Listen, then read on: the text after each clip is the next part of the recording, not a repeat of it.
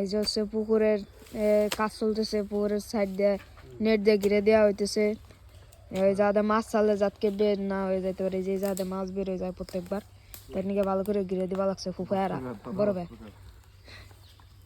ওই কিছু কম দি। আসসালামু আলাইকুম।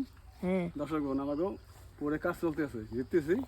আমাদের প্রচুর মাছ লাগবে, 12 পদের মাছ, মাগুর মাছ, শিঙ্গি মাছ, তেলাপোয়া মাছ, হাইব্রিড জাত সব। হাইব্রিড জাত। আপনারা এখানে চলে আসছেন, আইসা মোল্লা আইসা আমাদের খোঁজ নেন, মিল ইব্রাহিম মোল্লা বাড়ি। প্রচুর পোনা লাগবে আমাকে, প্রচুর পোনা লাগবে, বুঝছেন? অনেক পোনা লাগবে, বিশাল পুকুর, বুঝছেন? বিশাল পুকুর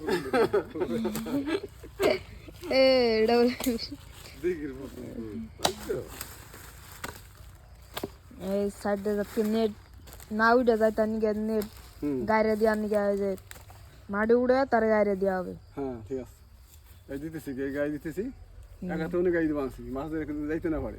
মাছ বাইরে কোনো সিস্টেমই নাই, সিস্টেমে নাই, হুঙ্গুর হুঙ্গুর কিছু খাইতে কিচ্ছু এসে ধরে পারবে না। আহা নেট ছুটে গেল।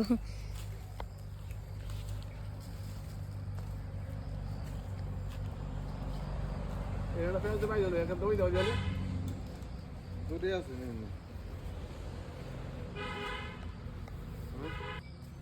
পুরো মাছ ধোয়ার কোনো সিস্টেমই নাই নাকি?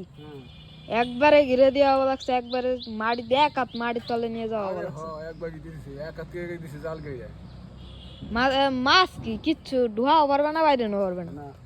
হ্যাঁ এত সুন্দর করে ঘিরে দেওয়া লাগছে, একবারে পুকুরের পুরো সাইড দিয়ে সব যা দেয় ঘিরে দেওয়া লাগছে, উপর দিয়েও ঘিরে দেওয়া হবে।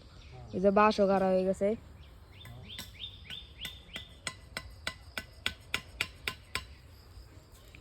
হ্যাঁ